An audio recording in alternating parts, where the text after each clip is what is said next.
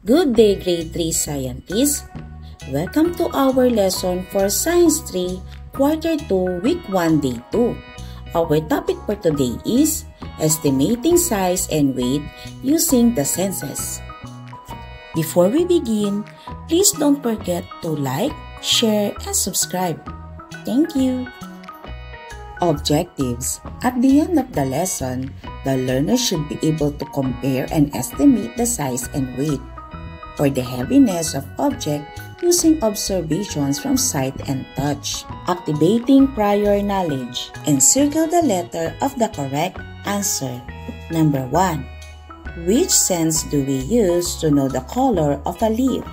A. Touch, B. Sight, C. Smell, or D. Hearing. Number 2. What do we use to tell if a leaf is smooth or rough? A. Nose, B. Eyes, C. Hands, D. Ears. Number 3. Which of the following is the skill used when we describe things carefully? A. Observing, B. Guessing, C. Playing, D. Singing. Number 4. Which of the following is not a possible leaf shape? A. Oval, B. Heart shape, C. Triangular, or D. Circular pizza. And number 5, why do we need to observe plants closely? A. To know their price, B. To describe their shape, color, and texture, C. To eat them right away, or D. To count them. Here are the expected answer. Class, I have a question for you. How do we know if something is heavy or light without using a weighing scale or any tool? Think about it.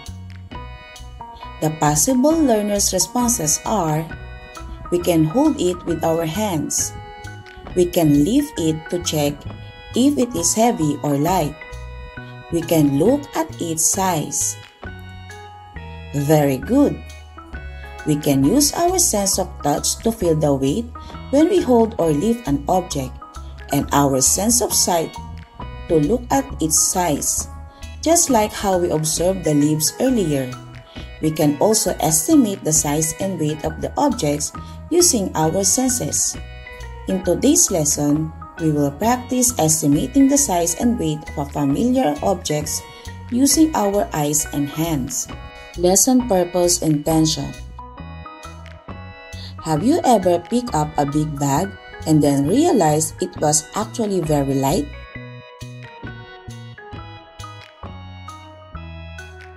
Now, have you ever held a small object that felt surprisingly heavy? Great observations! Today, we will learn how to compare the size and weight of objects. We will use our sense of sight to see if something looks big or small, and our sense of touch to feel if it is heavy or light. We will also do fun activities to discover that some objects may look the same in size but can actually be very different in weight. Lesson language practice. Class, today we will learn 5 new words. I will explain each word and ask you questions. Are you ready? Number 1. Heaviness. Let's pretend I am trying to lift a very big rock. Is it easy or hard to lift? You're right. It is hard. Heaviness means something is very heavy. You can't lift it easily. Number 2. Identical. Now, look at my 2 pencils. They are the same color and size. They look exactly alike. We say they are identical. Identical means they look the same. Number 3. Balance. Think of a seesaw in the playground. One child on each side, both same weight. Will the seesaw go up or stay straight? That's correct. It will stay straight. That means it is balanced. Both sides are equal. Estimate. Imagine I have a jar of candies, but I don't count them. I just make a good guess. That guess is called an very good estimate. Estimate means to make a smart guess. Compare. If I hold a small calamansi and a big guava and I ask, which is smaller, which is rounder, I am trying to? Very good. Compare. Compare means to look at two things and see how they are the same or different. Let's say all the words together. Heaviness, identical, balance, estimate, compare. Great job, class! You are vocabulary champions. Reading the key ideas then. Activity 2. Which object is bigger and heavier? The materials needed are per group data notebook, per class, 2 different setup of objects with varying sizes and weight, 1 set of 2 identical water bottles that are balanced. Here is the chart to fill in with the answer. The following are the station setups and guide questions. Look at the leaves labeled A to E. Compare the sizes without rearranging them. What is the arrangement from smallest to largest? Write only the labels. The following are the station setups and guide questions. Look at the fruits labeled A to E. Compare their sizes without rearranging them. What is the arrangement from smallest to largest? Without rearranging the fruits, fill each fruit and compare their weights. What is the arrangement from heaviest to lightest? Part B. As a class, look carefully at the setup of 2 identical water bottles labeled A and B that are balanced.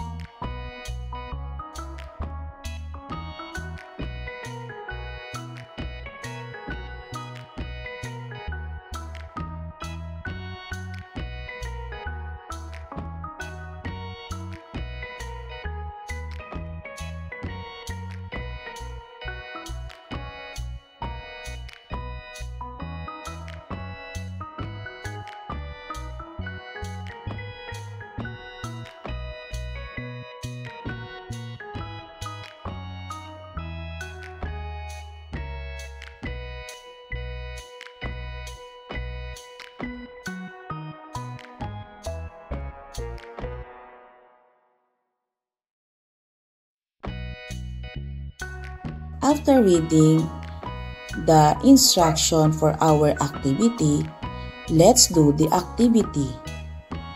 For Part A, per group, number 1, perform the task in each station within the allotted time.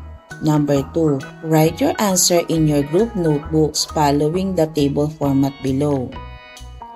Now, we will do Part A of our activity in your groups. You will visit 2 stations and record your answer in your notebooks.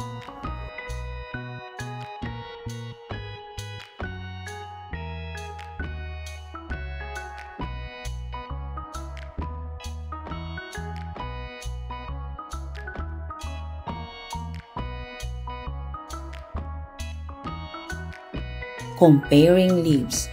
At Station 1, you will see leaves labeled A to E. Just by looking at them, compare their sizes without touching or moving them. Question 1. What is the arrangement of leaves from smallest to largest?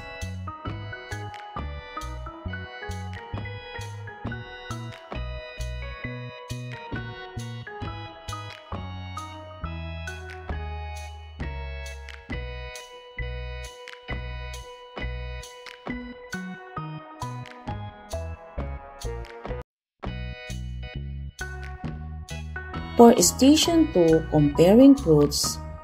At Station 2, you will see fruits labeled A to E. First, look at them and answer.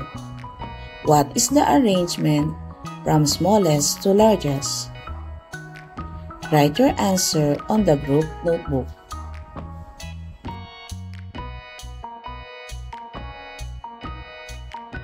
Now, fill each fruit one by one. No need to move them. Question: what is the arrangement from heaviest to lightest? Write your answer on your notebook.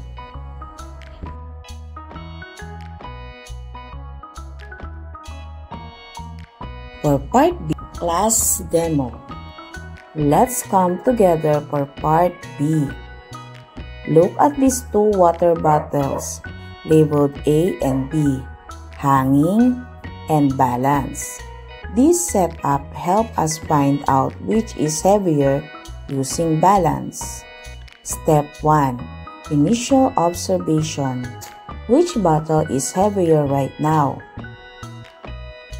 Correct. They are the same. Why do you think so? Because they are balanced. Step 2. Add a small crayon to bottle A. Let's put a small crayon inside bottle A. Which bottle is heavier now? Correct. Bottle B. Why do you think so? That's right, because the crayon made it heavier. Step 3. Add a bigger crayon to bottle B. Now, let's add a bigger crayon to bottle B. Which bottle is heavier now? Correct, bottle B. Why do you think so? Because the bigger crayons weighs more. Question 10. What science skills did we use today?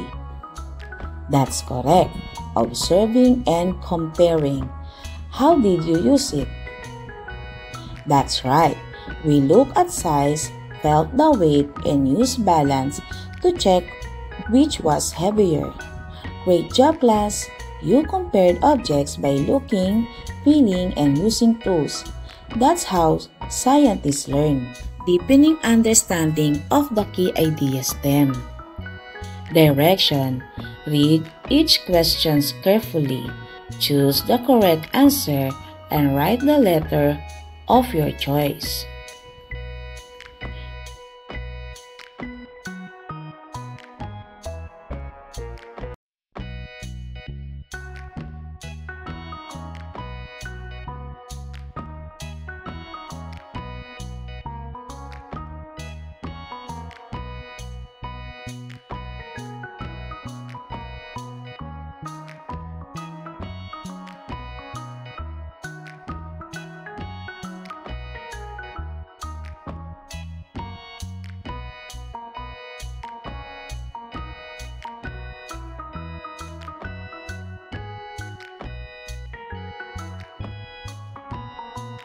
Here are the correct answers.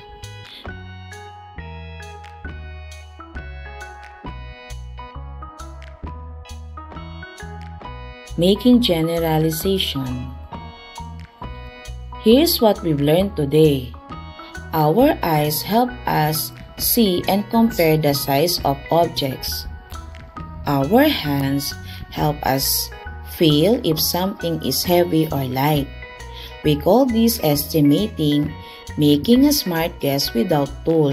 Remember, bigger things are not always heavier. Sometimes a small thing like a rock can be heavier than something big like a balloon. That's the power of estimation, using what we observe and feel. Evaluating learning. Direction. Thumbs up, thumbs down. Listen carefully. If the sentence is correct, show thumbs up. If it is incorrect, write thumbs down.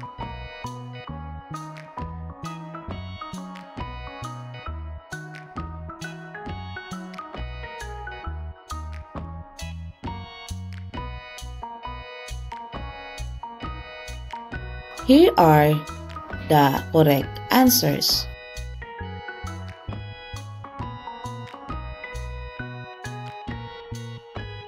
Great job today, everyone! You listened well, shared your thoughts, and work hard.